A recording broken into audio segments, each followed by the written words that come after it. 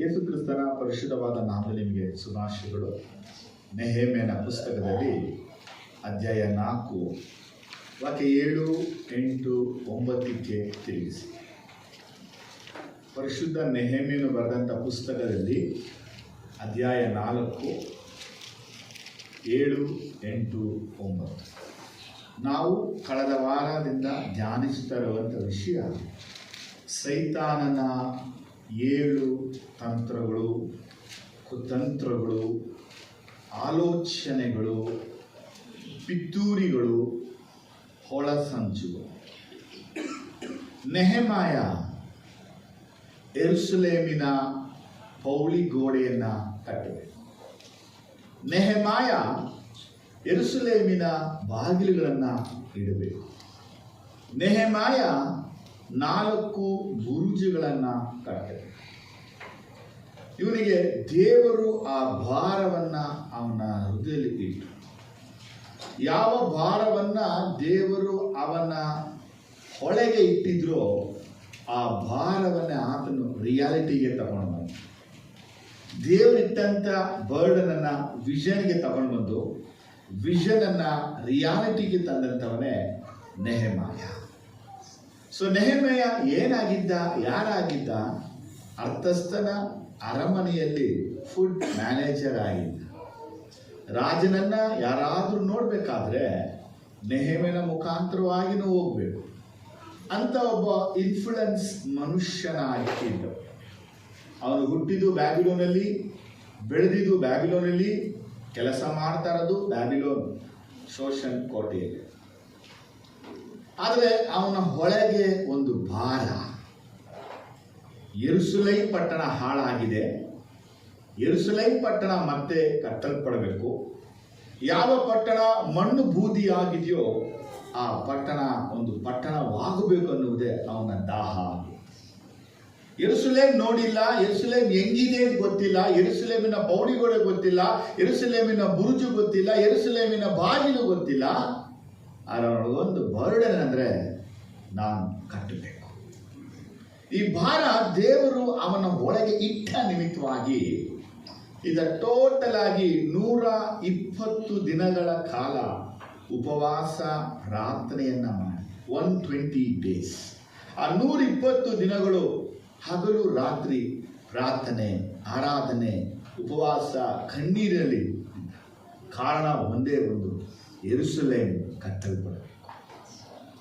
ಆ ಭಾರವನ್ನು ತಿಳಿದ ದೇವರು ಅರ್ಥಸ್ಥ ರಾಜ್ಯದಲ್ಲಿ ಕ್ರಿಯೆಯನ್ನು ಮಾಡಿ ಅವನ ಸಮ್ಮುಖದಲ್ಲಿ ದಯೆ ದೊರಕುವಂತೆ ಮಾಡುದು. ಒಬ್ಬ ಕಪ್ ಬೇರಿಯರ್, ಬರ್ಡನ್ ಬೇರಿಯರ್ ಆಗಿ ಮಾರ್ಪಟ್ಟ. ಒಬ್ಬ ಬರ್ಡನ್ ಬೇರಿಯರ್ ಒಬ್ಬ ಗವರ್ನರ್ ಆಗಿ ಮಾರ್ಪಟ್ಟ. ಒಬ್ಬ ಗವರ್ನರ್ ಜೆರೂಸಲೇಮಿನ ಬಿಲ್ಡರ್ ಆಗಿ ಮಾರ್ಪಟ್ಟ. ಹೇಳ್ತೇನೆ, ಒಬ್ಬ ಕಪ್ ಬೇರಿಯರ್, ಬರ್ಡನ್ ಬೇರಿಯರ್ ಈಗ ಬಿಲ್ಡಿಂಗ್ ಬೇರಿಯರ್ ಆಗಿ ಮಾರ್ಪಟ್ಟಿದ್ದಾನೆ. Amen, hallelujah.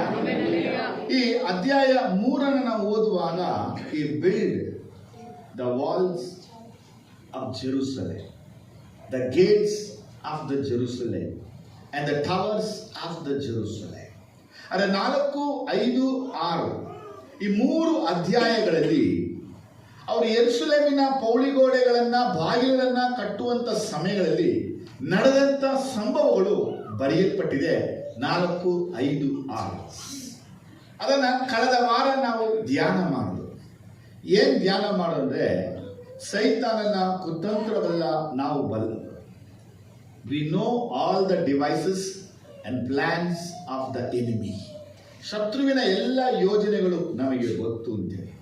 ಆ ಶತ್ರುವಿನ ಫಸ್ಟ್ ಅಂಡ್ ಮೇಜರ್ ಯೋಜನೆ ಏನಂದ್ರೆ ಪರಿಹಾಸ್ಯವನ್ನ ಮಾಡೋದು, ಪರಿಹಾಸ್ಯ ಮಾಡೋದು, ನಿಂದಿಸೋದು, ಅವಮಾನ ಮಾಡೋದು, ಗೇಲಿ ಮಾಡೋದು. ನಿಮ್ಗೆ ಯಾರಾದರೂ ಪರಿಹಾಸ್ಯ, ನಿಂದೆ, ಗೇಲಿಯನ್ನು ಮಾಡಿದಾಗ ನೀವು ಮಾಡುವ ಕೆಲಸವನ್ನ ನಿಲ್ಲಿಸಿಬಿಡ್ತೀರ. ನೀವು ದೇವರಿಗಾಗಿ ಎದ್ದು ಕಟ್ಟುವ ಕಾರ್ಯಗಳಲ್ಲಿ ನಿಮ್ಮ ಉತ್ಸಾಹ, ನಿಮ್ಮ ಹುಮ್ಮಸ್ಸನ್ನ ಅಡಗಿಸುವ ಸೈತಾನನ ತಂತ್ರವೇ ನಿಮಗೆ ಗೇಲಿಯನ್ನ ಮಾಡೋದು. ಯಾವಾಗ ನಿಮಗೆ ಯಾರು ಹಾಸ್ಯ ಪರಿಹಾಸ್ಯ ಕುಚೋದ್ಯಗಳನ್ನು ಮಾಡ್ತಾರೋ ಆಗ ನೀವು ದೇವರಿಗಾಗಿ ಏನು ಮಾಡಬೇಕಾಗಿದೆಯೋ ಅದನ್ನು ಮಾಡದೆ ಕೆಲಸವನ್ನ ನಿಲ್ಲಿಸಿಬಿಡ್ತೀರ. ಆದರೆ ನೆಹೆಮಾಯನಲ್ಲಿ ನಾವು ಕಲಿತಂಥ ವಿಷಯ ಅಂದರೆ ಆ 1-6 ವಾಕ್ಯ ಓದುವಾಗ ಅವನ ಜೀವನದಲ್ಲಿ ಎಷ್ಟು ಗೇಲಿ ಪರಿಹಾಸ್ಯಗಳು ಬಂತು. ಅದು ಒಂದು ಮಾತ್ರ ಧ್ಯಾನ ಮಾಡಿದ್ವಿ ನಾವು. ಏನಪ್ಪ ಅಂದರೆ ಈ ಬಲಹೀನರಾದ ಯಹೂದ್ಯರು ಕಟ್ಟುವುದು ಏನು ಎಂಬುದಾಗಿ ಗೇಲಿಯನ್ನ ಮಾಡಿದರು. ಬಲಹೀನರಾದ ಯಹೂದ್ಯರು ಕಟ್ಟುವುದು ಏನು? ಯಾಕಂದ್ರೆ ಅಧ್ಯಾಯ 3 ನಿಮಗೆ ತೋರಿಸ್ಕೊಟ್ಟಂತ ವಿಷಯ ಹೇಳಿದೆ. ನಾವು 1ನೇ ವಾಕ್ಯ ಓದುವಾಗ ಮಹಾಯಾಜಕ ಅಂತ ನೋಡ್ತೀವಿ. 8ನೇ ವಾಕ್ಯ ನೋಡಿದಾಗ ಅಕ್ಕ ಸಾಲಿಗಾರನ್ನು ನೋಡ್ತೀವಿ. 8ನೇ ವಾಕ್ಯದಲ್ಲಿ ಬುಕ್ಕಿಟ್ಟುಗಾರರು ಅಂತ ನೋಡ್ತೀವಿ. 9ರಲ್ಲಿ ಅರೆನಾರು ಒಡೆಯನು ಅಂತ ನೋಡ್ತೀವಿ. 26ರಲ್ಲಿ ದೇವಸ್ಥಾನ ದಾಸರು ಅಂತ ನೋಡ್ತೀವಿ. 29ರಲ್ಲಿ ದ್ವಾರಪಾಲಕರು ಅಂತ ನೋಡ್ತೀವಿ. 32ರಲ್ಲಿ ವರ್ತಕರು ಎಂಬುದಾಗಿ ನೋಡ್ತೀವಿ.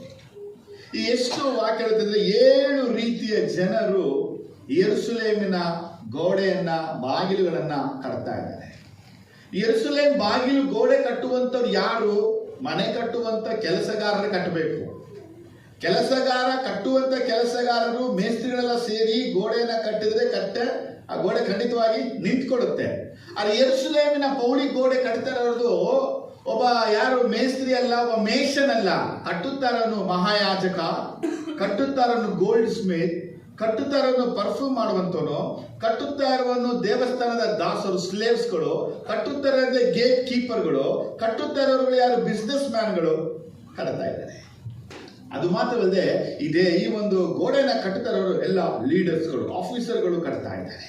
ಅದನ್ನ ಕಂಡಂತ ಸಂಬಲೆ ಟೋಬಿಯಾಸ್, ಗೇಷಮ್, ಶೆಮಾಯ ಇವರೆಲ್ಲ ನಿಂದಿಸಿದ್ರು. ಏನಂದ್ರೆ ಈ ಬಲಹೀನರಾದ ಯಹೂದ್ಯರು ಕಟ್ಟುವುದು ಏನು? ಕಟ್ಟುವಂತ ಕೆಲಸ ಯಾರ್ದು? ಮೇಷನ್ಗಳಿಗೆ. ಅಲ್ಲಿ ಒಬ್ಬ ಮೇಷನ್ ಅಲ್ಲ, ಅಲ್ಲಿರೋಲ್ಲ ದೇವರ ಮಕ್ಕಳು. ನಿಮ್ಮ ಜೀವನದಲ್ಲಿ ದೇವರಿಗಾಗಿ ಎದ್ದು ಏನಾದ್ರೂ ಮಾಡುವಾಗ, ಯೇಸಪ್ಪನಿಗಾಗಿ ಎದ್ದು ನೀವು ಏನಾದ್ರೂ ಮಾಡುವಾಗ ನಿಮಗೆ ಯಾರಾದ್ರೂ ನಿಂದಿಸಿ, ಅವಮಾನಪಡಿಸಿ, ತುಚ್ಛೀಕರಿಸಿ ಅಥವಾ ಗೇಲಿ ಮಾಡಿ, ಹಾಸ್ಯ ಮಾಡಿ, ಪರಿಹಾಸ್ಯ ಮಾಡುವಾಗ ಕೆಲಸವನ್ನು ಮುಂದಕ್ಕೆ ಹೋಗ್ಬೇಕು, ನಿಲ್ಲಿಸಬಾರದು. When you stop the work, ಸೇಟನ್ಗೆ ಖುಷಿ ಪಡ್ತಾನೆ.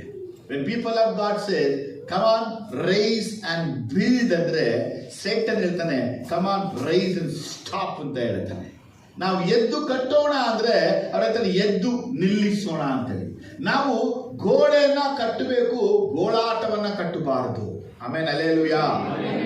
ಹಾಗೆ ಇವತ್ತು ನಾವು 7ರಿಂದ 9 ವಾಕ್ಯವನ್ನ ಧ್ಯಾನಿಸ್ತೀವಿ. ಸೈತಾನನ 2ನೆಯ ಒಂದು ಕಾರ್ಯ ಅಂದ್ರೆ ಹೊಳ ಸಂಚು. ಏನಂತ ಇದಕ್ಕೆ ಕನ್ನಡದಲ್ಲಿ ಹೊಳ ಸಂಚು.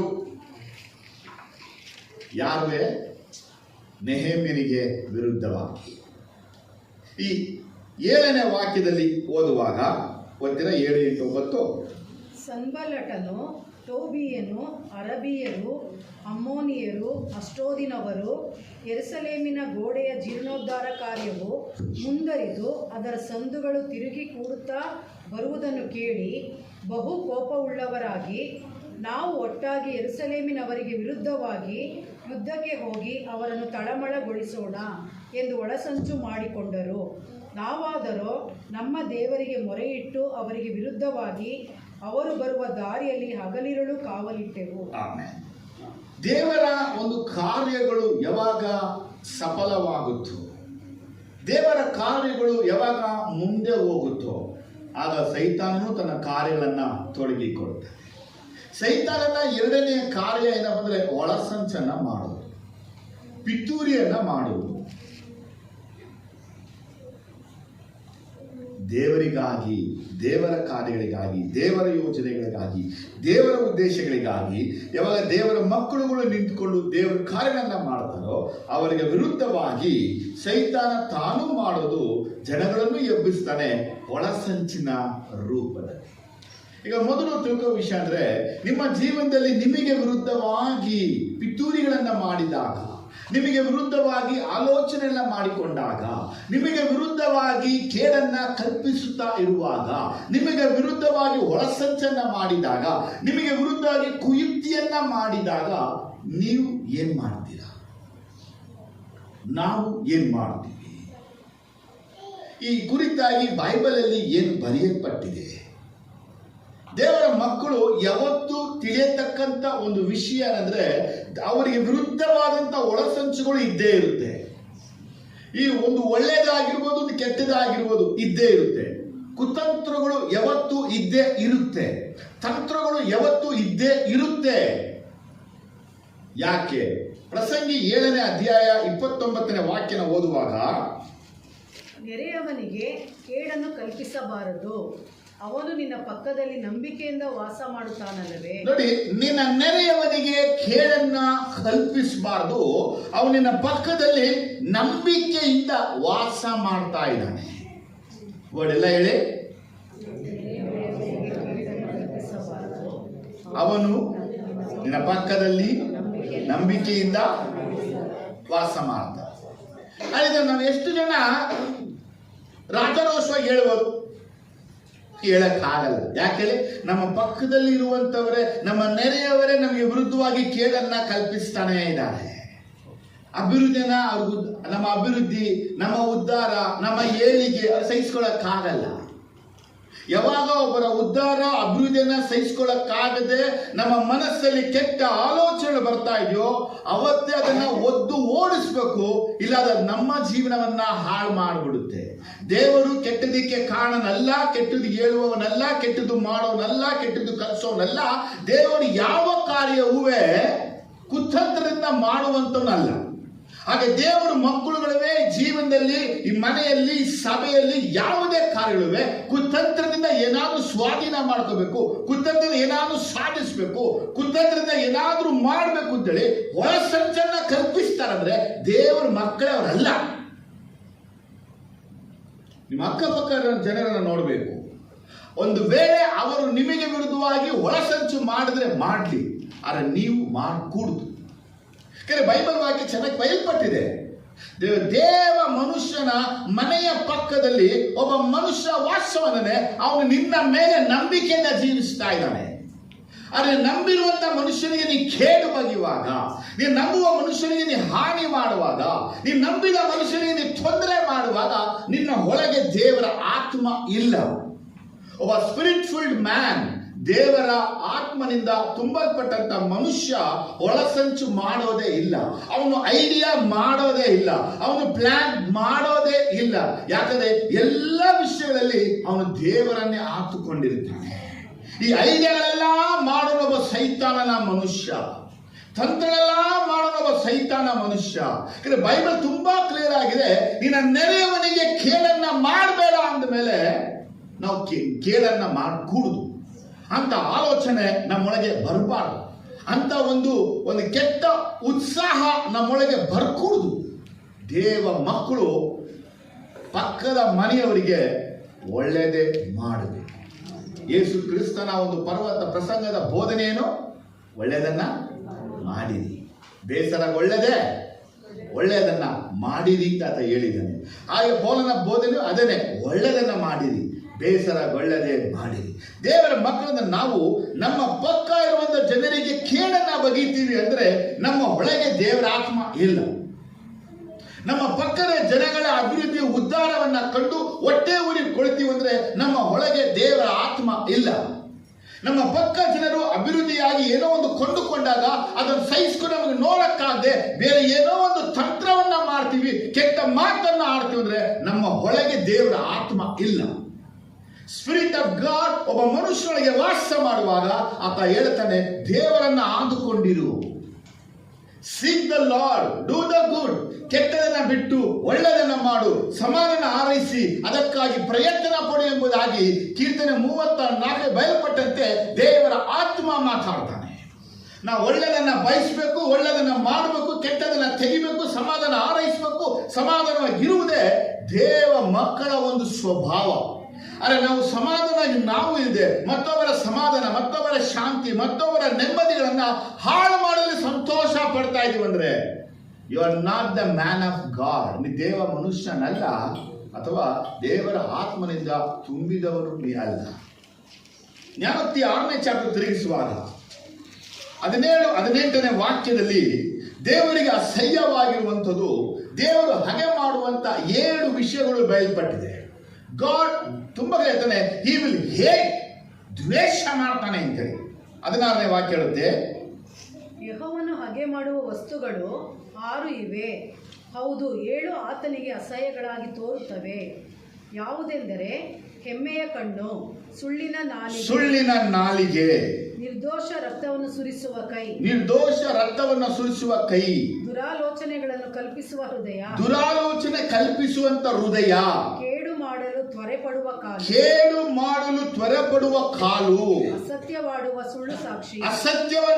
ಸುಳ್ಳು ಸಾಕ್ಷಿ, ಒಡ ಹುಟ್ಟಿದವರಲ್ಲಿ ಜಗಳಗಳನ್ನು ಬಿತ್ತುವವನು. ಎಲ್ಲಿ ಜಗಳ ಬಿತ್ತದು? ಎಲ್ಲಿ ಈ 7 ದೇವರಿಗೆ ಅಸಹ್ಯವಾದವುಗಳು. ಅದು 7 ನಾವು ತಿರುಗಿಸಿ ನೋಡಿದ್ರೆ ಅಲ್ಲಿ ಕಾಣೋದು ಒಂದೇ ವಿಷಯ, ಹೃದಯದಲ್ಲಿ ಕೇಡನ್ನ ಕಲ್ಪಿಸಿ ಆ ಕೇಡಿಗಾಗಿ ಓಡುವ ಕಾಲು, ಆ ಕೇಡುಗಾಗಿ ಬಾಯಿ ಮಾತಾಡುವ ಮಾತು, ಕ್ರಿಯೆಗಳು ಮಾತ್ರವಲ್ಲೇ ಸುಳ್ಳಿನ ನಾಲಿಗೆಯಿಂದ ಕುಟುಂಬ, ಮನೆ, ಸಭೆ ಹಾಳಾಗೋಗ್ಬಿಡು. ದೇವರ ಆತ್ಮ ನಿಮ್ಮೊಳಗಿದ್ದಾನೆ, ಪವಿತ್ರ ಆತ್ಮ ನಿಮ್ಮೊಳಗಿದ್ದಾನೆ, ನೀನು ಸತ್ಯವಾದ ಓದುವುದು ನಿಜ, ನೀ ದೇವರಲ್ಲಿ ಭಕ್ತಿ ಇದೆ, ನೀ ದೇವರಲ್ಲಿ ಭಯ ಇದೆ ಅಂತ ಹೇಳ್ತೀರಾ ಅಂದ್ರೆ ನೀವು ಖಂಡಿತವಾಗಿ ನಿಮ್ಮೊಳಗೆ ಸುಳ್ಳಿನ ನಾಲಿಗೆ ಇರುಕೂಡುದು, ನಿರಪರಾಧಿ ವಿರುದ್ಧವಾಗಿ ಕೈಯನ್ನ ಎತ್ತಬಾರದು, ದುರ ಆಲೋಚನೆಯನ್ನ ಕಲ್ಪಿಸಬಾರದು, ಕೇಡಿಗಾಗಿ ಆತುರ ಪಡಬಾರದು, ಅಸತ್ಯವಾಗಿ ಮಾತಾಡಬಾರದು, ಮನೆಯಲ್ಲಿ ಅಣ್ಣ ತಮ್ಮ ಅಕ್ಕ ತಂಗಿ ಮಧ್ಯದಲ್ಲಿ ಜಗಳವನ್ನ ಬಿತ್ತಬಾರದು. ಒಂದು ವೇಳೆ ಜಗಳವನ್ನ ನೀ ಬಿತ್ತುತ್ತೇ ಆಗ್ತೀಯ ಅಂದ್ರೆ ನಿನ್ನ ಒಳಗೆ ದೇವರು ಇಲ್ಲ, ನಿನ್ನೊಳಗೆ ದೆವ್ವ ಬಂದು ವಾಸ ಮಾಡ್ತಾ ಇದೆ. ಕರ್ತನು ನಮ್ಮನ್ನ ಸಮಾಧಾನಕ್ಕೆ ಕರೆದಿದ್ದೇನೆ ಅಷ್ಟೇ ಹೊರತಾಗಿ ಎಲ್ಲಿಗೆ ಜಗಳಕ್ಕೆ ಗಲಾಟಿಗೂ ನಮ್ಮನ್ನ ಆತನು ಕರೆದಿಲ್ಲ. ಆಮೇಲೆ ಅಲ್ಲೇಲುಯಾ, ಆಮೇಲೆ ಅಲ್ಲೇಲುಯಾ. ಜ್ಞಾನೋಕ್ತಿಗಳು 12ರಲ್ಲಿ 20-21. ಕೇಡನ್ನು ಕಲ್ಪಿಸುವವರ ಹೃದಯದಲ್ಲಿ ಮೋಸ, ಕೇಡನ್ನ ಕಲ್ಪಿಸುವಂತ ಹೃದಯದಲ್ಲಿ ಮೋಸ, ಹಿತೋಪದೇಶಕರ ಮನಸ್ಸಿನಲ್ಲಿ ಉಲ್ಲಾಸ, ಹಿತೋಪಕರವಾಗಿರುವಂತಹ ಮನಸ್ಸಿನಲ್ಲಿ ಉಲ್ಲಾಸ, ಸಜ್ಜನರಿಗೆ ಯಾವ ಹಾನಿಯೂ, ಎಲ್ಲ ಜೊತೆಯಲ್ಲಿ ಸಜ್ಜನರಿಗೆ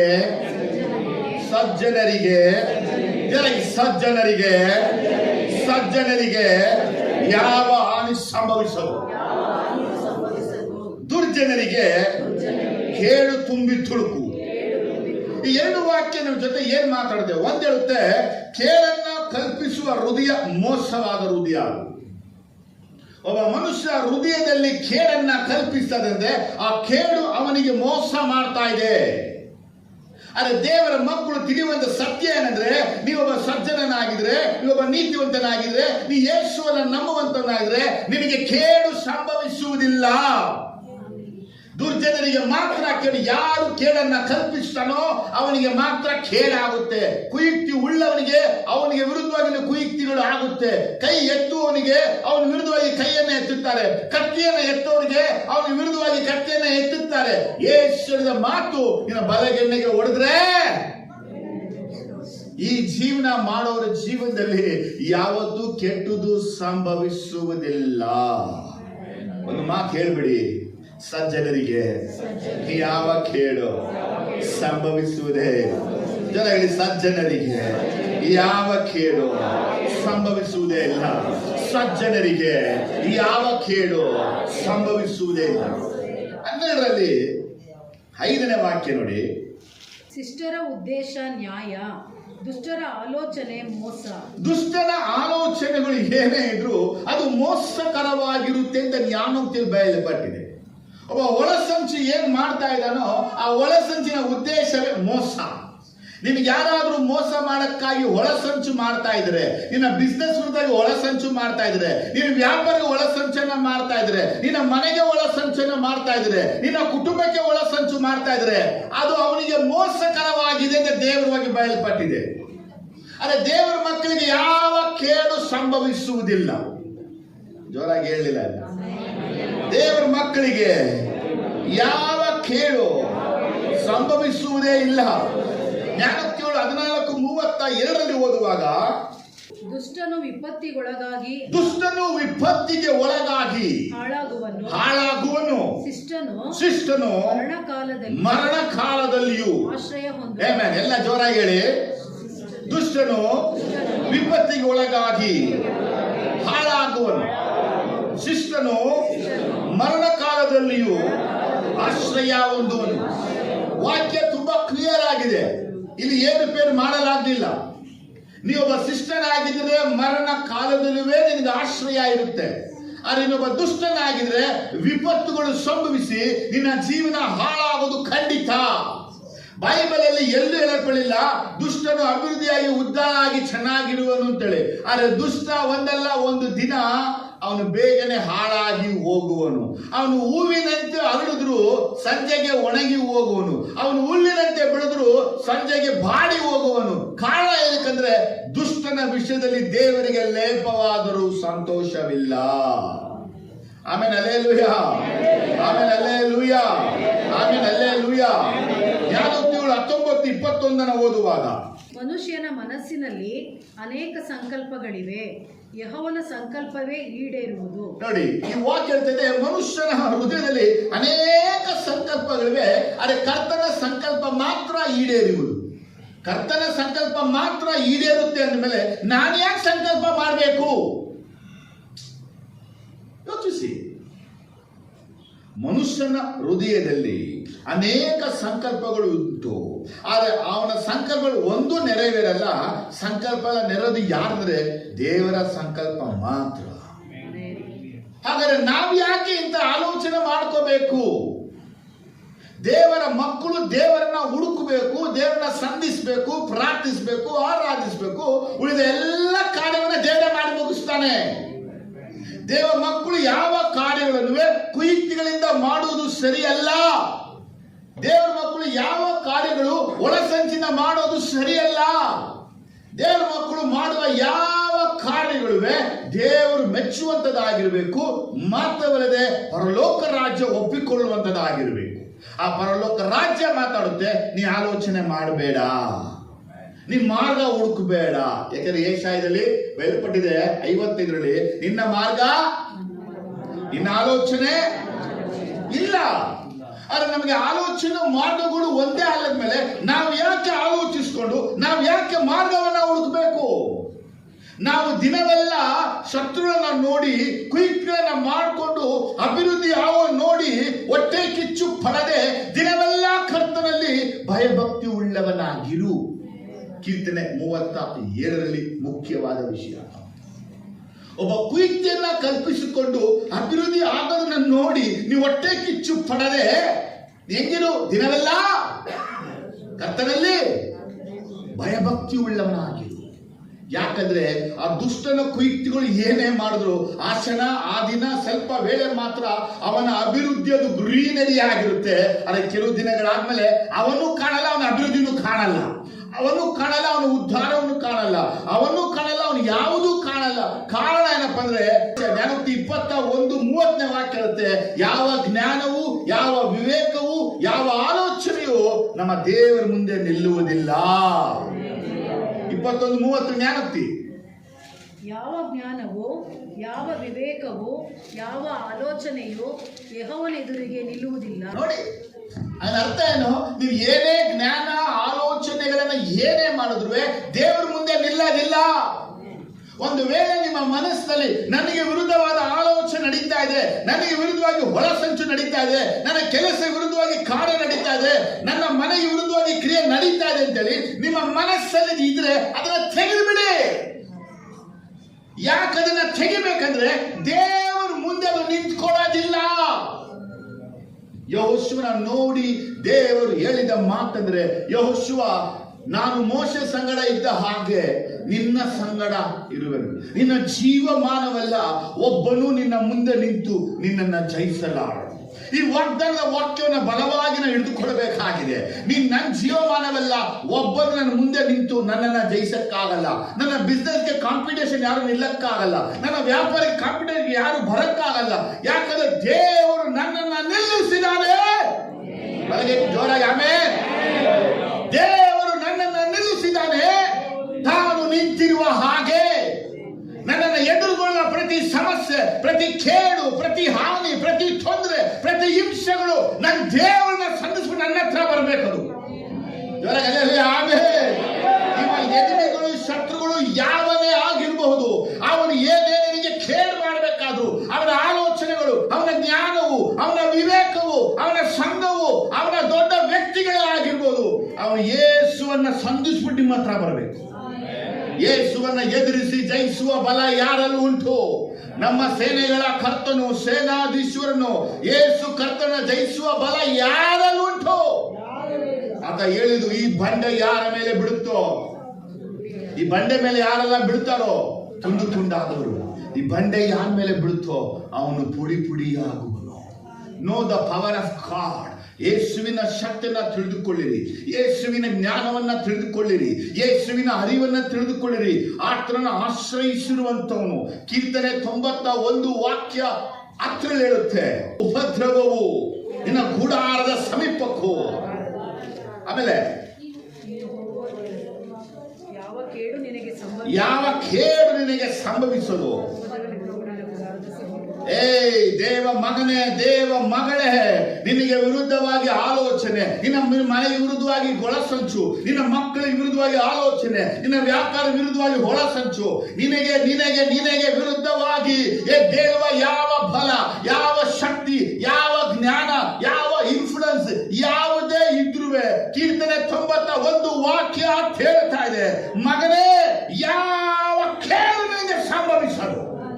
ಹೇಳಿದ್ರೆ ಸ್ವಂತ ಮಾಡ್ಕೋತೀನಿ ಅಂತ ಹೇಳಿ, ನಿನ್ನ ಸ್ವಂತ ಮಾಡ್ಕೋತೀನಿ, ನನಗೆ ಯಾವ ಕೇಡು ಸಂಭವಿಸೋದು. ಬಲಗೆ ಎತ್ತಿ ಶಬ್ದವಾಗಿ ಹೇಳಿ, ನನಗೆ ಯಾವ ಕೇಡು ಸಂಭವಿಸೋದು, ನನ್ನ ಮನೆಗೆ ಯಾವ ಕೇಡು ಸಂಭವಿಸೋದು, ನನ್ನ ಕುಟುಂಬಕ್ಕೆ ಯಾವ ಕೇಡು ಸಂಭವಿಸೋದು, ನನ್ನ ವ್ಯಾಪಾರಕ್ಕೆ ಯಾವ ಕೇಡು ಸಂಭವಿಸೋದು. ಯಾವುದನ್ನ ಸಂದೇಶಕ್ಕಾಗಲ್ಲ. ಯಾಕಂದ್ರೆ ಉಪದ್ರವ ನನ್ನ ಗೂಡರ ಸಮೀಪಕ್ಕೂ ಬರಕ್ಕಾಗಲ್ಲ. Amen, amen, amen. ಒಂದು ವೇಳೆ ನಿಮ್ಗೆ ಯಾರೋ ಕಾಂಪಿಟೇಟಿವ್ ನಿಂತ್ಕೊಂಡ್ಬಿಟ್ರೆ, ನಿಮಗೆ ಸಮಾನವಾಗಿ ನಿಂತ್ಬಿಟ್ರೆ ಅವನು ತಲೆ ಬಾಗಲೇಬೇಕು. ಶತ್ರುವಿನ ಮೇಲೆ ನಿನ್ನ ಕಾಲನ್ನ ಇಟ್ಟು ಅವನನ್ನ ತುಳಿದು ನಿನ್ ಕಾಲ್ ಕೆಳಗೆ ಬೂದಿ ಮಾಡಲೇಬೇಕನ್ನುವುದೇ ಮಲ್ಲಾಕಿ ಬಯಲ್ಪಟ್ಟಿದ ಪ್ರವಾದನೆ ವಾಕ್ಯವಾಗಿದೆ. ದುಷ್ಟ ಅಭಿವೃದ್ಧಿ ಆಗಿ ನೀನು ಕೀಳರಿಮೆಗೆ ಹೋಗೋದಲ್ಲ, ನೀನು ಅಭಿವೃದ್ಧಿ ಆಗ್ಬೇಕು. ದುಷ್ಟ ನಿನ್ನ ಕಾಲ್ ಕೆಳಗೆ ಬೂದಿ ಆಗಬೇಕು. Amen, hallelujah. Amen, hallelujah. Amen, hallelujah. ದುಷ್ಟನಿಗೆ ದೇವದೂತರ ಸಹಾಯ ಇಲ್ಲ, ದುಷ್ಟನಿಗೆ ಪರಲೋಕದ ಸಹಾಯ ಇಲ್ಲ, ದುಷ್ಟನಿಗೆ ಪಾದಗಳ ರಕ್ಷಣೆ ಇಲ್ಲ. ದೇವ ಮಗನೇ, ದೇವ ಮಗಳೇ, ಕೇಡು ನಿನ್ ಬಳಿ ಯಾಕೆ ಬರಲ್ಲ? ಉಪದ್ರವ ಯಾಕೆ ನಿನ್ ಬಳಿ ಬರಲ್ಲ? ಗೂಡಾರ ಬಳಿ ಯಾಕೆ ಬರಲ್ಲ ಅಂದ್ರೆ ನಿನ್ ಸುತ್ತ ದೇವದೂತರುಗಳಿದ್ದಾರೆ, ನಿನ್ ಪಾದವನ್ನ ಎತ್ತುವ ದೇವದೂತರಿದ್ದಾರೆ, ನಿನ್ನ ನೋಡುವ ದೇವದೂತರಿದ್ದಾರೆ, ನಿನ್ನ ಬಲಪಡಿಸುವ ದೇವದೂತರಿದ್ದಾರೆ, ನಿನಗೆ ಜಯ ಕೊಡುವ ದೇವದೂತರಿದ್ದಾರೆ, ನಿನ್ನ ಆಶೀರ್ವಾದ ದೇವದೂತರಿದ್ದಾರೆ.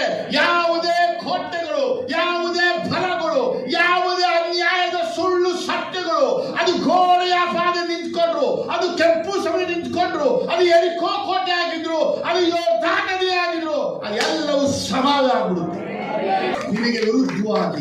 ನಿನಗೆ ವಿರುದ್ಧವಾಗಿ ಕೀರ್ತನೆಗಳು 7ನೇ ಅಧ್ಯಾಯ 14-15 ಓದುವಾಗ ಅದ್ಭುತವಾಗಿ ಬಯಲ್ಪಟ್ಟಿದೆ. ನನ್ನ ಶತ್ರುವು ಕೆಡುಕನ್ನು ಹೆರಬೇಕೆಂದು ಪ್ರಸವ ವೇದನೆಯಲ್ಲಿದ್ದಾನೆ. ಅವನು ಹಾನಿಯನ್ನು ಹಡೆಯುವನೆಂದು ನೆನೆಸಿಕೊಂಡರೂ ಶೂನ್ಯವನ್ನೇ ಎತ್ತಲು ನೋಡಿರಿ. ಅವನು ಅಗಿದು ಗುಂಡಿಯನ್ನು ತೋಡಿ ಅದರೊಳಗೆ ತಾನೇ ಬಿದ್ದು ಹೋದನಲ್ಲ. ಅವನು ಮಾಡಿದ ಕುಯುಕ್ತಿ ಅವನ ತಲೆಯ ಮೇಲೆಯೇ ಬರುವುದು. ಅವನು ಮಾಡಬೇಕೆಂದಿದ್ದ ಅನ್ಯಾಯವು ಸ್ವಂತ ಬುರುಡೆಯ ಮೇಲೆ ಬೀಳುವುದು. ಈ ವಾಕ್ಯಗಳೆಲ್ಲ ಸತ್ಯ. ದೇವರ ಮಕ್ಕಳು ದೇವರ ನ್ಯಾಯವಾದ ತೀರ್ಪನ್ನು ಮಾಡ್ತಿದ್ದ ಆತನನ್ನ ಕೊಂಡಾಡಬೇಕು. ಆಲ್ವೇಸ್ ನಿಮಗೆ, ನಿಮ್ಮ ಮನೆಗೆ, ನಿಮ್ಮ ಕುಟುಂಬಕ್ಕೆ, ಸೇವೆಗೆ, ಕೆಲಸಕ್ಕೆ, ವ್ಯಾಪಾರಕ್ಕೆ ಶತ್ರು ಏನೇ ಕೇಡ್ ಮಾಡಕ್ಕೆ ಪ್ರಯತ್ನ ಪಡ್ತಾ ಇದ್ರು, ಯೆಹೋವನ ನ್ಯಾಯವನ್ನ ವಿಚಾರಿಸಂತೇಳಿ ನ್ಯಾಯವಾದ ತೀರ್ಪು ಕೊಡ್ತಾ ಇದ್ದೇಳಿ ಆತನನ್ನ ಕೊಂಡಾಡುವುದೇ ದೇವ ಮಕ್ಕಳ ಒಂದು ಗುಣ. When you praise, ನೀ ದೇವರನ್ನ ಯಾವಾಗ ಸ್ತೋತ್ರ ಮಾಡ್ತೀಯೋ, ನೀ ದೇವರ ಯಾವಾಗ ಸ್ತುತಿಸ್ತಾ ಇರ್ತೀಯೋ, ದೇವರ ನಾಮವನ್ನ ಕೀರ್ತಿಸ್ತಾ ಇರ್ತೀಯೋ, ನಿನಗೆ ವಿರುದ್ಧವಾಗಿ ಎದ್ದೇಳುವ ಬಲಗಳು, ನಿನ್ನ ವಿರುದ್ಧವಾಗಿ ಎದ್ದೇಳುವ ಶಕ್ತಿಗಳು, ನಿನಗೆ ವಿರುದ್ಧವಾಗಿ ಎದ್ದೇಳುವ ಕುತಂತ್ರಗಳು, ನಿನ್ನ ವಿರುದ್ಧವಾಗಿ ಎದ್ದೇಳುವ ಯಾವುದೇ ಸೈತಾನ ಆಗಿರ್ಬೋದು ಅವನಿಗೆ ಸಿಗೋದು ಶೂನ್ಯ. ಆಮೆನ್. ಸಮ್ಟೈಮ್ಸ್ ಏನಂದ್ರೆ ಅವನು ಎಲ್ಲವನ್ನ ಹೊಂದಿದ ರೀತಿ, ಎಲ್ಲವನ್ನ ಪಡೆದ ರೀತಿ ಅವನು ಕಾಣ್ತಾ ಇರ್ತಾನೆ. ದೇವರ ಮಗನೇ, ನಿನ್ನ ಕಣ್ಣನ್ನ ತೆರೆದು ಅವನನ್ನ ನೋಡ್ಬೇಡ, ನಿನ್ನ ಕಣ್ಣನ್ನ ತೆರೆದು ದೇವರು ನೋಡು. ದುಷ್ಟನನ್ನ ಯಾವತ್ತು ದೇವರು ಹೊಟ್ಟೆ ತುಂಬಿಸೋನಲ್ಲ, ದುಷ್ಟನ ಕಣ್ಣನ್ನ ದೇವರು ತುಂಬಿಸೋನಲ್ಲ, ದುಷ್ಟನ ಮನೆಯನ್ನ ದೇವರು ತುಂಬಿಸೋನಲ್ಲ. ದೇವರು ಸ್ವರ್ಗವನ್ನ ತೆರೆದಿರೋದು ನಿನ್ನ ಮನೆಯನ್ನ ತುಂಬಿಸಕ್ಕಾಗಿ. ಕರ್ತನಿಗೆ ಮಹಿಮೆ ಆಗಲೇ. ದುಷ್ಟ 36ನೇ ಕೀರ್ತನೆ 4ನೇ ವಾಕ್ಯ ಓದುವಾಗ, ಹಾಸಿಗೆ ಮೇಲೆ ಇರುವಾಗಲೂ ಕೇಳನ್ನೇ ಯೋಚಿಸುತ್ತಿರುವನು ಅಲ್ಲದರ ನಿಂತುಕೊಂಡಿದ್ದಾನೆ, ಎಂತ ದುಷ್ಟಸಿಗೂ ಏಸುವುದಿಲ್ಲ. ದುಷ್ಟ ಏನ್ ಮಾಡಂದ್ರೆ ಹಾಸಿಗೆ ಮೇಲಿರುವಾಗಲೂ ಕೇಳನ್ನ ಯೋಚಿಸ್ತಾ ಇರ್ತಾನಂತೆ.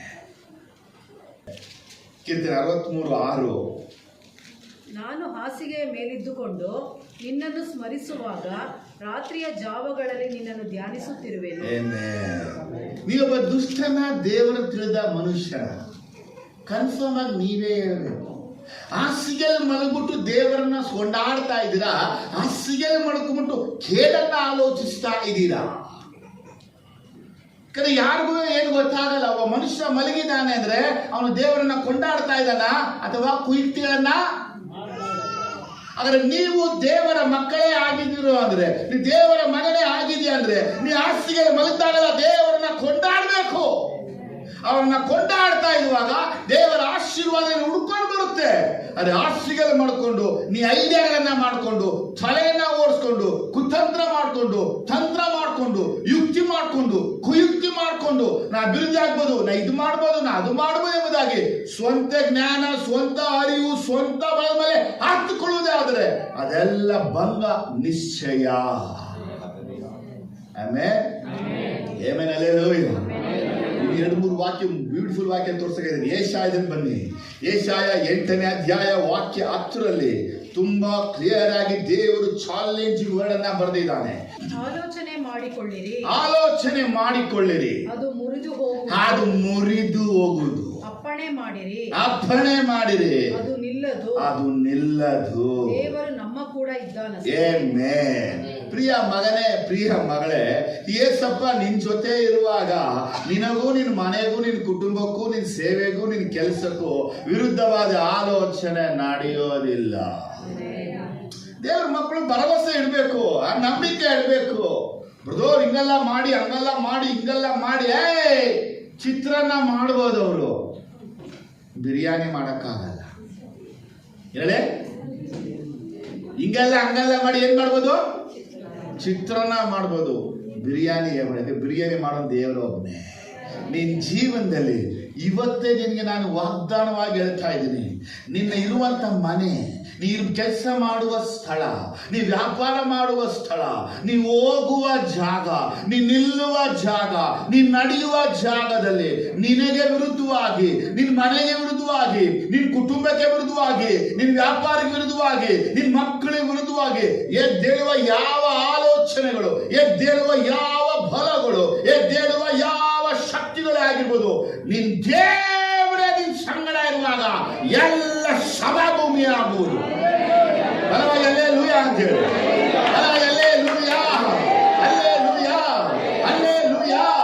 ದೇವರು ನಮ್ಮ ಕೂಡ ಇದ್ದಾನೆ. ಸಮ್ಟೈಮ್ಸ್ ದೇವರ ಮಕ್ಕಳು ಕನ್ಫ್ಯೂಸ್ ಆಗ್ಬಿಡ್ತಾರೆ, ದೇವರು ನಮ್ಮ ಜೊತೆ ಇಲ್ಲ ಆಗ್ಬಿಡ್ತಾರೆ. ಅದಕ್ಕೆ ನಮಗೆ ವಿರುದ್ಧವಾಗಿದ್ದಾರೆ. ದೇವರ ಮಗನೇ, ದೇವರ ಆತ್ಮನ ಒಂದು ಮಾತನ್ನ ಹೇಳಿದ್ರು, ಯಾವಾಗ ನಿನ್ನ ವಿರುದ್ಧವಾಗಿ ಹೊರಸಂಚನ ಮಾಡ್ತಾರೋ ಆಗಲೇ ಗೊತ್ತಾಗೋದು ನಾನು ಯಾರು ಅಂತೇಳಿ. ಕರ್ತನು ಸರ್ವೋತ್ತಮನೆಂದು ಅನುಭವಿಸಿ ನೀ ಸವಿದು ನೋಡ್ಬೇಕಾದ್ರೆ ನಿನಗೆ ವಿರುದ್ಧವಾಗಿ ಒಳಸಂಚು ನಡೀಲೇಬೇಕು. ಯಾಕಂದ್ರೆ ಯಾವ ಕುತಂತ್ರ ಸಾಗದು, ಯಾವ ಜ್ಞಾನ ಸಾಗದು, ಯಾವ ಬಲ ಸಾಗದು, ಯಾವ ಆಲೋಚನೆ ಸಾಗದು, ಯಾವ ಶಕ್ತಿ ಸಾಗದು, ಯಾವ ಪ್ರಭಾವ ಸಾಗದು. ಯಾಕಂದ್ರೆ ದೇವರು ನಿನ್ನ ಸಂಗಡ, ದೇವರು ನನ್ನ ಸಂಗಡ, ದೇವರು ನಮ್ಮ ಸಂಗಡ, ಏಸಪ್ಪ ನಮ್ಮ ಸಂಗಡ, ದೇವದೂತರು ನಮ್ಮ ಸಂಗಡ, ಪರಲೋಕ ನಮ್ಮ ಸಂಗಡ, ತಂದೆಯಾದ ದೇವರು ನಮ್ಮ ಸಂಗಡ, ಪವಿತ್ರಾತ್ಮ ನಮ್ಮ ಸಂಗಡ. ನಮಗೆ ವಿರುದ್ಧವಾಗಿ ಎದ್ದೇಳುವ ಯಾವ ಆಲೋಚನೆಗಳು ಅದು ವ್ಯಕ್ತವಾಗಲೇಬೇಕು. ನನಗೆ ವಿರುದ್ಧವಾಗಿ ಕಲ್ಪಿಸಿದ ಆಯುಧಗಳು ನನ್ನನ್ನು ಜಯಿಸಲು. ಏಷಾಯ 57 ವಾಕ್ಯ 14 ಬಯಲ್ಪಟ್ಟಿದೆ. ಇದು ನಿನ್ನನ್ನು ಎದುರಿಸಲು ಕಲ್ಪಿಸಿದ ಯಾವ ಆಯುಧವು ಜಯಿಸದು, ನಿನ್ನನ್ನು ಜಯಿಸದು. ಹೇಳಿ ಜೋರಾಗಿ, ನನ್ನನ್ನು ಎದುರಿಸಲು ಕಲ್ಪಿಸುವ ಆಯುಧವು ನನ್ನನ್ನು ಜಯಿಸಲು. ಅದು ಮನುಷ್ಯರ ಆಯುಧ, ಅದು ಪ್ರಾಣಿಗಳ ಆಯುಧ, ಅದು ಮಂತ್ರದ ಆಯುಧ, ಅದು ಸೈತಾನನ ಆಯುಧ. ಅದು ಏನೇ ವೆಪನ್ ಆಗಿರಬಹುದು, ಅದು ಏನೇ ಆಗಿರಬಹುದು, ಅದು ಅಂಧಕಾರದಲ್ಲಿ ಕುಯುಕ್ತಿ ಮಾಡಿದೆ ಆಗಿರಬಹುದು, ಅದು ಪಾತಾಳದಲ್ಲಿ ಆಲೋಚನೆ ಮಾಡಿರಬಹುದು, ಅಥವಾ ಮನುಷ್ಯ ಹೃದಯದ ಒಳಗೆ ಆಲೋಚಿಸಿರಬಹುದು, ಯಾವುದೋ ಕತ್ತಲೆಯಲ್ಲಿ ಮೀಟಿಂಗ್ ಮಾಡಿರಬಹುದು. ಆದರೆ ದೇವರ ವಾಗ್ದಾನದ ವಾಕ್ಯ ಏನು ಗೊತ್ತಾ? ನಿನಗೆ ವಿರುದ್ಧವಾಗಿ ಯಾವ ವೆಪನ್ಸ್ ಸಫಲ ಆಗೋದೇ ಇಲ್ಲ. ಹೇಳ್ಬಿಡಿ, ನಂಬಿಕೆಯಿಂದ ಹೇಳ್ಬಿಡಿ, ಬ್ರದರ್ என்னன்னோ செய்யறாங்க பிரதர், என்னன்னோ பேசுறாங்க பிரதர், என்னன்னோ பண்றாங்க பிரதர். அவன் என்னன்னா செய்தோம், உன்னை ஜெயிக்க முடியாது. ಪಾತಾಳ ನಿನ್ನ ಜಯಿಸಕ್ಕಾಗಲ್ಲ, ನರಕ ನಿನ್ನ ಜಯಿಸಕ್ಕಾಗಲ್ಲ, ಅಂಧಕಾರನ ಜಯಿಸಕ್ಕಾಗಲ್ಲ. ರೀಸನ್ ಓನ್ಲಿ ಒನ್, ಜೀಸಸ್ ನಿನ್ನ ಸೈಡಲ್ಲಿ ಇದ್ದಾರೆ. ನಾ ಮತ್ತೊಮ್ಮೆ ಹೇಳ್ತಾ ಇದ್ದೀನಿ, ಯೇಸು ನಿನ್ನ ಕಡೆ ಇರುವಾಗ ನಿನ್ನನ್ನು ಎದುರಿಸುವಂತವನು. ಆಮೇಲೆ ಹಲ್ಲೆಲೂಯಾ. ನಿಮ್ಮೊಳಗೆ ವಿಶ್ವಾಸ ಹೇಗೆ ಬರ್ಬೇಕಂದ್ರೆ, ಸಾಮ್ಸನ್ ಹೋಗಿ ಸಿಂಹವನ್ನ ಸೀಳಿದ ಹಾಗೆ ನೀನು ಸೀಳಬೇಕು ಶತ್ರು ಸೈತಾನ ಎದೆಯನ್ನ. ಹೇಳ್ಬಿಡಿ, ನನಗೆ ವಿರುದ್ಧವಾಗಿ, ನನ್ನ ಕುಟುಂಬಕ್ಕೆ ವಿರುದ್ಧವಾಗಿ, ನನ್ನ ಕೆಲಸಕ್ಕೆ ವಿರುದ್ಧವಾಗಿ, ನನ್ನ ವ್ಯಾಪಾರಕ್ಕೆ ವಿರುದ್ಧವಾಗಿ ಎದ್ದೇಳುವ, ಕಲ್ಪಿಸುವ, ಊಹಿಸುವ, ಚಿಂತಿಸುವ ಎಲ್ಲ ಆಯುಧಗಳು ಯೇಸು ಕ್ರಿಸ್ತನು ನಿರ್ವಾಯುಧ ಮಾಡಿದ್ದಾನೆ. ಶಿಲುಬೆಯಲ್ಲಿ ಎಲ್ಲ ಆಯುಧಗಳನ್ನ ನಿರ್ವಾಯುಧ ಮಾಡಿದ್ದಾನೆ. 2000 ವರ್ಷದ ಹಿಂದೆಯೇ ಎಲ್ಲ ಆಯುಧಗಳನ್ನ ನಿರಾಯುಧ ಮಾಡಿದ್ದಾನೆ. ಎಲ್ಲ ಮುರಿದು ಹಾಕಿದ್ದಾನೆ, ಬಾಣಗಳನ್ನು ಮುರಿದು ಹಾಕಿದ್ದಾನೆ, ಬಿಲ್ಲುಗಳನ್ನ ಮುರಿದು ಹಾಕಿದ್ದಾನೆ, ಈಟಿಗಳನ್ನ ಮುರಿದು ಹಾಕಿದ್ದಾನೆ, ಕತ್ತಿಗಳನ್ನ ಮುರಿದು ಹಾಕಿದ್ದಾನೆ, ಗದೆಗಳನ್ನ ಮುರಿದು ಹಾಕಿದ್ದಾನೆ. ಯಾವ ಯಂತ್ರ ತಂತ್ರಗಳು ಅವನನ್ನು ನಾಶ ಮಾಡಿದ್ದಾನೆ. ನಿಮ್ಮೊಳಗೆ ನಂಬಿಕೆ ಬರ್ತಾ ಇದೆಯಾ? ನಂಬಿಕೆ ಬರ್ತಾ ಇದೆಯಾ? ನಿನ್ನ ಯಾರು ಮುಟ್ಟಕ್ಕಾಗಲ್ಲ ಅಂತ ಹೇಳ್ತಾನೆ ಜಕರ್ಯ. ಇಲ್ಲಿ ನಿನ್ನನ್ನು ತಾಕುವವನು ಕರ್ತನ ಕಣ್ಣುಗುಡ್ಡೆಯನ್ನ ತಾಕ್ತಾ ಇದ್ದಾನೆ. ನಿನ್ನ ಯಾವನ್ನ ಟಚ್ ಮಾಡಿಬಿಟ್ರೆ ಏಸಪ್ಪನ ಕಣ್ಣಿಗೆ ಅವನು ಬೆರಳನ್ನ ಹಾಕಿದಾಗೆ ಏಸಪ್ಪ ಸುಮ್ಮನೆ ಇರಲ್ಲ. ನೀವು ಯಾರ ವಿಷಯವಾಗಿ ಆಟ ಆಡಕ್ಕೆ ಹೋಗ್ತೀರಾ, ಯಾರ ವಿಷಯವಾಗಿ ಮಾತಾಡಕ್ಕೆ ಹೋಗ್ತೀರಾ, ಯಾರ ವಿಷಯವಾಗಿ ನಿಂತ್ಕೊಳ್ಳೋಕೆ ಹೋಗ್ತಿರೋ, ಅವನ ಬ್ಯಾಕ್ಗ್ರೌಂಡನ್ನು ಫಸ್ಟ್ ತಿಳ್ಕೋಬೇಕು. ಅವನು ಯಾರು ಅಂತ ಫಸ್ಟ್ ತಿಳ್ಕೊಳ್ಬೇಕು. ಅವನು ಯಾರು? ಯೆಹೋವನನ್ನೇ ಆಶ್ರಯ ಸ್ಥಾನ ಮಾಡಿಕೊಂಡವನು, ಯೆಹೋವನನ್ನೇ ನಿವಾಸ ಮಾಡಿಕೊಂಡವನು. ಅವನ ಹತ್ರ ಹೋಗ್ಬಿಟ್ಟು ಸುಮ್ಮನೆ ಆಟಗಳನ್ನು ಆಡಿ ಕೇಡು ಬರಮಾಡ್ಕೊಳ್ಬೇಕು. ಎಷ್ಟು ಜನಕ್ಕೆ ಅರ್ಥ ಇದೆ? ಚೆನ್ನಾಗಿ ಹಲ್ಲೆಲೂಯಾ. ಬ್ರದರ್, ನಮ್ಗೆ ವಿರುದ್ಧವಾದ ತಂತ್ರಗಳು ಬ್ರದರ್, ನಿಂಬೆಹಣ್ಣು ಬ್ರದರ್, ತೆಂಗಿನಕಾಯಿ ಬ್ರದರ್, ಸೌತೆಕಾಯಿ ಬ್ರದರ್, ಕೋಳಿ ಮರಿ ಬ್ರದರ್, ಫ್ರೈ ಮಾಡ್ಕೊಂಡು ತಿಂತಾ ಇರು. ನೆಕ್ಸ್ಟ್ ಯಾರಾದ್ರೂ ಬಂದರೆ ದಯವಿಟ್ಟು ಕೆಳಗೆ ಹಾಕ್ಬಿಡಿ, ತಿನ್ನಕ್ಕಾಗಲ್ಲ, ಇಟ್ಬಿಟ್ಟು ಕೊಡಿ, ನಾವು ತಿಂತೀವಿ. ಯಾಕೆ ಗೊತ್ತಾ? ಯಾವುದು ನಿನ್ನ ಮುಂದೆ ನಿಲ್ಲಲ್ಲ. ನನಗೆ ಏಸಪ್ಪ ಒಂದು ಮಾತನ್ನು ಹೇಳಕ್ಕಾಗಿ ನಿಮ್ಗೆ ಹೇಳ್ತಾ ಇದ್ದೇನೆ. ನಿನ್ನನ್ನು ಏಸು ನಿಲ್ಲಿಸಿದ್ದಾನೆ. ಪಿಂಕ್ ಸ್ಯಾರಿ ನಿಮ್ಗೆ ಹೇಳ್ತಾರೆ, ಉಂಗ್ಳದ ಸೊಲಗಿ ಏಸಪ್ಪ ನಿಮ್ಮನ್ನ ನಿಲ್ಲಿಸಿದ್ದಾನೆ. ನಿಮ್ಮನ್ನ ಯಾವುದು ಜಯಿಸಕ್ಕಾಗಲ್ಲ. ಈ ಕಡೂಳನ್ನು ನಿಲ್ಲಿಸ್ತಾರೆ. ಏಸು ನಿಮ್ಮನ್ನ ನಿಲ್ಲಿಸ್ಬಿಟ್ಟಿದ್ದಾನೆ. ನೀನು ಮುಗ್ಗರಿಸುವಂತೆ, ನೀನು ಬೀಳುವಂತೆ, ನೀ ಎಳುವಂತೆ ಯಾರಿಗೂ ಚಾನ್ಸ್ ಇಲ್ಲ. ಒಂದು ವೇಳೆ ನಿಮ್ಮ ಮೈಂಡ್ಸಲ್ಲಿ, ಒಂದು ವೇಳೆ ನಿಮ್ಮ ಯೋಚನೆಗಳಲ್ಲಿ ಇಂಥದ್ದೆಲ್ಲ ಇವರೆಲ್ಲ ಮಾಡ್ತಾವ್ರೆ, ಇವ್ರು ಮಾಡ್ತಾರೆ, ಅವ್ನ ಮನುಷ್ಯ 50 ಗ್ರಾಮ್ ಮೂಳೆ ತಲೆಯಲ್ಲಿರೋದು, ಅವನ ವಿದ್ಯೆಗೆ ತಕ್ಕಂತೆ, ಅವನು ಕಲ್ತಿ ತಕ್ಕಂತೆ ಅವನ ಮೂಳೆ. ನಮ್ಮ ದೇವರು ಭೂಮಿ ಆಕಾಶ ಉಂಟು ಮಾಡಿದ ದೇವರು, ಭೂಮಿ ಆಕಾಶ ಉಂಟು ಮಾಡಿದ 50 ಗ್ರಾಂ ಮೆದುಳಿನ ಕಾರ್ಯ. ಜೋರಾಗಿ ಹೇಳಿ, 50 ಗ್ರಾಂ ಮೆದುಳಿನ ಕಾರ್ಯ. ಅವನ ಹಾಸಿಗೆಯಲ್ಲಿ ಮಾಡಲಿ ಅಥವಾ ಒಂದು ಸಮಾಧಿಯಲ್ಲಿ ಮಾಡಲಿ, ಅವನು ಸಮುದ್ರ ಆಳದಲ್ಲಿ ಮಾಡಲಿ, ಅವನು ಪಾತಾಳದಲ್ಲಿ ಮಾಡಲಿ, ಅವನ ಅಂಧಕಾರದಲ್ಲಿ ಮಾಡಲಿ, ಮನುಷ್ಯರ ಕಣ್ಣಿಗೆ ಕಾಣದ ಸ್ಥಳದಲ್ಲಿ ಹೋಗಿ ಗುಪ್ತ ಸ್ಥಳದಲ್ಲಿ ಮಾತ್ರ ಮಂತ್ರವೇ ಮಾಡಲಿ, ಏಸಪ್ಪ ನಿನ್ ಸೈಡ್ ಇರೋದ್ರಿಂದ ನಿನ್ನ ಮುಟ್ಟಕ್ಕಾಗಲ್ಲ, ನಿನ್ನ ನಿಲ್ಲಕ್ಕಾಗಲ್ಲ, ನಿನ್ನ ಜಯಿಸಕ್ಕಾಗಲ್ಲ, ನಿನ್ನ ಎದುರಿಸಕ್ಕಾಗಲ್ಲ, ನಿನಗೆ ಅವು ಏನು ಮಾಡಕ್ಕಾಗಲ್ಲ. ಈಗ ದೇವ್ರ ಮಗು ಒಂದು ಪ್ರಶ್ನೆ, ಈ ವಾಕ್ಯದ ಬಹಳ ಖುಷಿ ಬರ್ತದೆ.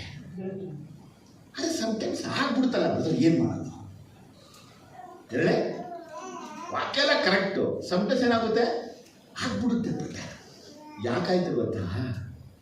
ಪ್ರಾರ್ಥಿಸುವಂಥ ವ್ಯಕ್ತಿ ಶತ್ರು ಒಳಸಂಚು ಮಾಡುವಾಗ ಅವನು ಪ್ರಾರ್ಥನೆಗೆ ಹೋಗಿಲ್ಲ. ಎಲ್ಲಿಗೆ ಹೋದ ಗೊತ್ತಾ? ಅವನು ಅವರ ಹಾಗೆ ಒಳಸಂಚಿಗೂ ಅವನು ಉಂಟು. ಇವತ್ತು ದೇವ ಮಕ್ಕಳಲ್ಲಿ ದೊಡ್ಡ ನ್ಯೂನತೆ ಅಂದರೆ ತಂತ್ರಗಳನ್ನ ಮಾಡಿ ಅಭಿವೃದ್ಧಿ ಆಗೋರನ್ನ ನೋಡಿ ತಾವೇ ತಂತ್ರನ ಮಾಡಿ ಅಭಿವೃದ್ಧಿ ಆಗೋಕ್ಕಾಗಿ ಮನಸ್ಸು ಮಾಡ್ತಾರೆ. ನೆಹೆಮಾಯ ಹೇಳ್ತಾನೆ, ಅವರು ನಮಗೆ ವಿರುದ್ಧವಾಗಿ ಒಳಸಂಚು ಮಾಡಿದರು. ನೆಹೆಮಾಯ 4, 7, 8, 9ನೇ ವಾಕ್ಯ ಹೇಳುತ್ತೆ. ನೆಹೆಮಾಯ 10 ನಿಮಿಷ ಮುಗಿಸ್ತೇನೆ. 4ನೇ ಅಧ್ಯಾಯ. ನಾವಾದರೂ ನಮ್ಮ ದೇವರಿಗೆ ಮೊರೆ ಇಟ್ಟು ಅವರಿಗೆ ವಿರುದ್ಧವಾಗಿ ಅವರು ಬರುವ ದಾರಿಯಲ್ಲಿ ಹಗಲಿರುಳು ಕಾವಲಿಟ್ಟು ಹೌ ಟು ಓವರ್ಕಮ್. ಇಂಥ ಯುಕ್ತಿಗಳನ್ನ ನಾವು ಹೆಂಗ್ ಜಯಿಸ್ಬೇಕು ಅಂತ ಕೇಳಿದ್ರೆ ನಾವು ದೇವರಿಗೆ ಮೊರೆ ಇಡಬೇಕು. ಹೇಳಿ, ಪ್ರಾರ್ಥಿಸಬೇಕು. 1 ಪ್ರಾರ್ಥಿಸು, 2 ಕಾವಲಿರಿಸು. ದೇವರು ವಾಕ್ಯ ಹೇಳುತ್ತೆ, ಯೆಹೋವನು ಪಟ್ಟಣವನ್ನ ಕಾಯದಿದ್ದರೆ ಅದನ್ನ ಕಾಯುವುದು ವ್ಯರ್ಥ. ಹಾಗಾದ್ರೆ ಪಟ್ಟಣವನ್ನ ನಾವು ಕಾಯಬೇಕು, ದೇವರು ಕಾಯ್ತಾನೆ. ಏಮೇ? ಆದ್ರೆ ಮನುಷ್ಯ ಕಾದು ದೇವರು ಕಾಯ್ದೆ ಹೋದ್ರೆ ಏನಂತೀರ? ಪಟ್ಟಣಕ್ಕೆ ಹಾನಿ. ಮನುಷ್ಯನೂ ಕಾದು ದೇವರು ಕಾದ್ರೆ ಪಟ್ಟಣಕ್ಕೆ ಯಾವ ಹಾನಿನೂ ಇಲ್ಲ. ನೆಹೆಮಾಯ ಈ ಒಳಸಂಚನ ಹೇಗೆ ಜಯಿಸಿದ? ಈ 7ನೇ ವಾಕ್ಯ ಬರುವಂಥವರು ಯಾರು? ಅಮೋನ್ಯರು, ಅಷ್ಟೋದ್ಯರು, ಅರಬಿಯರು ಮತ್ತೆ ಸನ್ಬೆಲಾಟ್. ನೋಡಿದ್ರೆ ಇವರು ಯೆರೂಸಲೇಮಿನ ಪೂರ್ವ, ಪಶ್ಚಿಮ, ಉತ್ತರ, ದಕ್ಷಿಣದಿಂದ ಬರ್ತಾ ಇದ್ದಾರೆ. ನೆಹೆಮಾಯ ಯೆರೂಸಲೇಮ್ ಮಧ್ಯಭಾಗ ಇದ್ರೆ ಪೂರ್ವ, ಪಶ್ಚಿಮ, ಉತ್ತರ, ದಕ್ಷಿಣ 4 ದಿಕ್ಕುಗಳಿಂದಲೂ ಶತ್ರುಗಳು ತುಂಬಿಕೊಂಡು 1,80,000 ಸೈನಿಕರು ವಿರುದ್ಧವಾಗಿ ನಿಂತವ್ರೆ. 1,80,000 ಶತ್ರುಗಳು ನಿಂತವ್ರೆ. ಇವರು ಗೋಡೆ ಕಟ್ಟುವ ಕೆಲಸವನ್ನು ನಿಲ್ಲಿಸಕ್ಕೆ ಒಳಸಂಚನ್ನ ಮಾಡಿದ್ದಾರೆ. ಅದು ಈ ಒಳಸಂಚು ಮಾಡಿದಂಥ ವಿಷಯದಲ್ಲಿ ಒಂದು ತಿಳ್ಕೊಳ್ಬೇಕು. ಯೋಬ 5ನೇ ಚಾಪ್ಟರಲ್ಲಿ 12-13 ಮರಿಬೇಡಿ. ವಾಕ್ಯ ಓದಿ. ಯುಕ್ತಿವಂತರ ಕೈಯಿಂದ ಏನೂ ಆಗದಂತೆ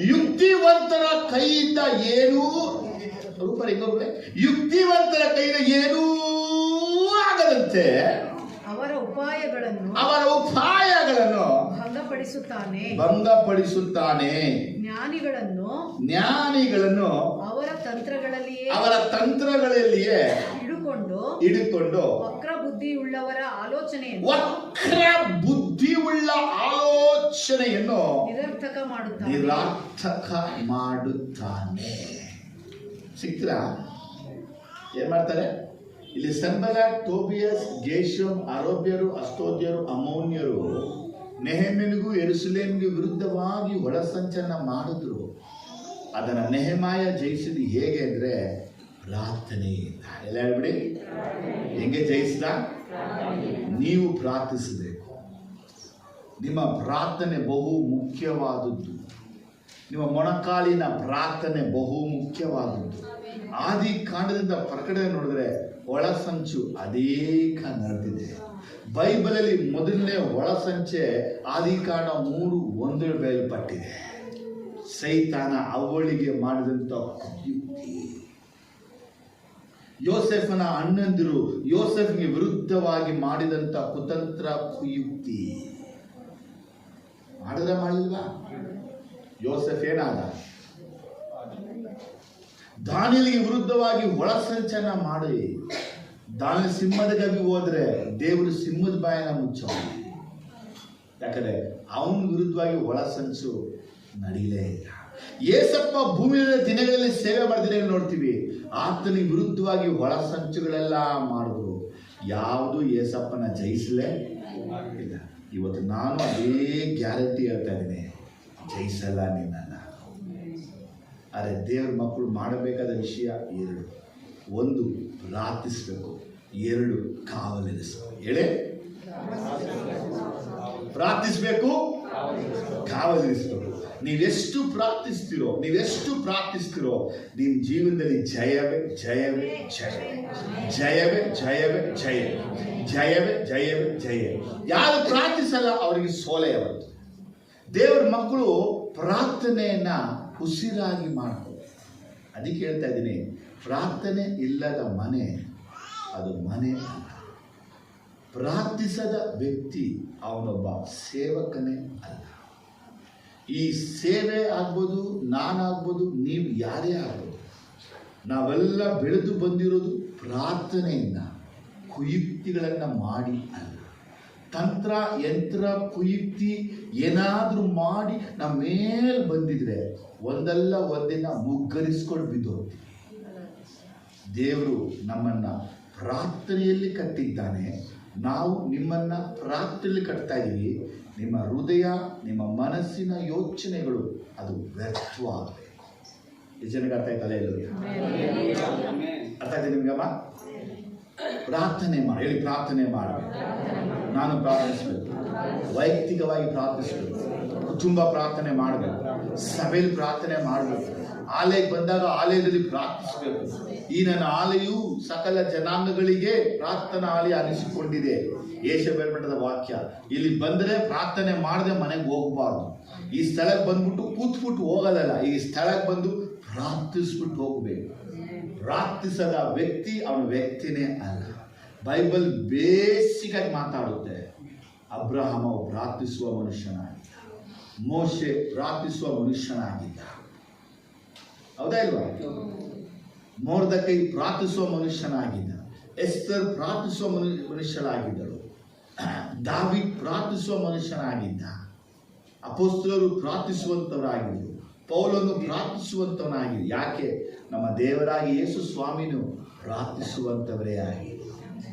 ನಮ್ಮ ಜೀವನದಲ್ಲಿ ಕುಯುಕ್ತಿಗಳೆಲ್ಲ ದೇವರ ಚಿತ್ತ ನಡೀಬೇಕು. ಹೇಳಿ ಎಲ್ಲರೂ. ಒಂದು ಲಾಸ್ಟ್ ಪೆಂಡಳಿ ಮುಗಿಸ್ಬಿಟ್ಟು ಬ್ಯೂಟಿಫುಲ್ ರೆವಲ್ಯೂಷನ್ ಮುಗಿಸ್ತೀನಿ ನಿಮಗೆ. ಹಳೆಯ ಒಡಂಬಡಿಕೆಯಲ್ಲಿ ನಾವು ಕಾಣ್ತೀವಿ. ಆ ಹಳೆಯ ಒಡಂಬಡಿಕೆಯಲ್ಲಿ ಮೋಸೆ ಎರಡು ಡಿಸೈರ್ಗಳನ್ನು ದೇವರ ಬಳಿ ಇಡ್ತಾನೆ. 2 desires of Moses spirit of god reveal ಮಾಡಿ ಹೇಳ್ತಾರೆ. ನಂಬರ್ 1 ಡಿಸೈರ್, ದೇವರೇ ನಾನು ನಿನ್ನ ಮುಖವನ್ನು ನೋಡಬೇಕು. ಮೋಶೆ ಕೇಳಿದ್ನ? ಹೇಳ್ತಾರೆ, ನೀ ನನ್ನ ಮುಖನ ನೋಡಕ್ಕ. ಎರಡನೇದಾಗಿ ಅವನು ಬಂಡೆಯನ್ನು ಹೊಡೆದಾಗಲು ನೀನು ಕಾನಾನಿಗೆ ಮುಗಿತಾ ಇಲ್ವಾ? ಸತ್ತು ಹೋದ, ಸಮಾಧಿನ ಆಗೋಯ್ತು. ಆದರೆ ಮತ್ತಾಯರ ಸುವಾರ್ತೆ 17ನೇ ಚಾಪ್ಟರ್ ನೀವು ಓದಿದರೆ, ಯೇಸು ಕ್ರಿಸ್ತನು ಪರ್ವತದಲ್ಲಿ ಪ್ರೇಯರ್ ಮಾಡ್ತಾ ಇದ್ದಾಗ ಮೋಶೆಯು ಎಲಿಯನು ಅಲ್ಲಿ ಕಾಣಿಸಿಕೊಂಡು, ಯಾವ ಮೋಸೆಗೆ ನನ್ನ ಮುಖ ನೋಡಕೂಡದೆಂಬುದೇ ಹಳೆಯ ಒಡಂಬಡಿಕೆ ದೇವರು ಹೇಳಿದ್ನೋ ಅದೇ ದೇವ್ರ ಮುಖ ಮೋಶೆಯಲ್ಲಿ ನೋಡ್ತಾ ಇದ್ದಾರೆ. ಅಲ್ಲೇ ಸರಿ ಬಂದಿದ್ದ. ಎರಡನೇ ವಿಷಯ, ಯಾವ ಮೋಸೆಗೆ ಕಾನಾನಿಗೆ ನೀ ಪ್ರವೇಶಿಸಬಾರ್ದು ಅಂತ ಹೇಳಿದ್ನೋ ಅದೇ ಮೋಸೆ ಕಾನಾನ ನಿಂತ್ಕೊಂಡು ಯೇಸುವನ್ನ ನೋಡ್ತಾನೆ. ಅವನು ಶಾರೀರಿಕವಾಗಿ ನೋಡಿದ್ರು, ಆತ್ಮಿಕವಾಗಿ ನೋಡ್ಬಿಟ್ಟ. ಯಾಕೆ ನಾವು ಉತ್ಸಾಹ ಪಡಿಸಿದ್ರೆ ನಮ್ಮ ಜೀವನದಲ್ಲಿ ನಾವು ಆಲೋಚನೆ ನಾವು ಮಾಡೋದಲ್ಲ, ದೇವರ ಆಲೋಚನೆ. ನಾವು ಪ್ರಾರ್ಥಿಸಿ ಸಿದ್ಧವಾಗಿದ್ದೀರಾ? ನಿಮ್ಮ ವಿರುದ್ಧವಾಗಿ ಎದ್ದೇಳುವ, ನಿಮ್ಮ ವಿರುದ್ಧವಾಗಿ ಕಲ್ಪಿಸುವ, ನಿಮ್ಮ ವಿರುದ್ಧವಾಗಿ ಕುನಿತಿ ಮಾಡುವಂಥದ್ದು ಯಾವುದು ಜಯಿಸಲ್ಲ. ನಾನು ನಿಮ್ಗೆ ಗ್ಯಾರಂಟಿಯಾಗಿ ಹೇಳ್ತೇನೆ, ಜಯಿಸಿದ ಹಾಗೆ, ಜಯಿಸಿದ ರೀತಿ, ಜಯಿಸಿದ ಥರ ಕಾಣ್ಬೋದು, ಜಯಿಸಕ್ಕಾಗಲ್ಲ. ಯಾಕೆ ಗೊತ್ತಾ? ಮನುಷ್ಯನ ಮೆದುಳು ಬರೀ 50 ಗ್ರಾಮ್. 50 ಗ್ರಾಮ್ ಮೆದುಳು ಹಿಂಗೆಲ್ಲ ಮಾಡುತ್ತಂದ್ರೆ ಭೂಮಿ ಆಕಾಶ ಏನಿಂದ ಸೃಷ್ಟಿ ಮಾಡಿದಂಥ ದೇವರ ಮೆದುಳು, ದೇವರ ಜ್ಞಾನ ಎಷ್ಟರ ಮಟ್ಟಿಗಿದೆ. ಸಮರ್ಪಣೆ ಮಾಡ್ತೀರಾ? ಈ ವಾಕ್ಯಗಳಿಂದ ದೇವರು ನಿಮ್ಮನ್ನು ಆಶೀರ್ವದಿಸಿದೆ.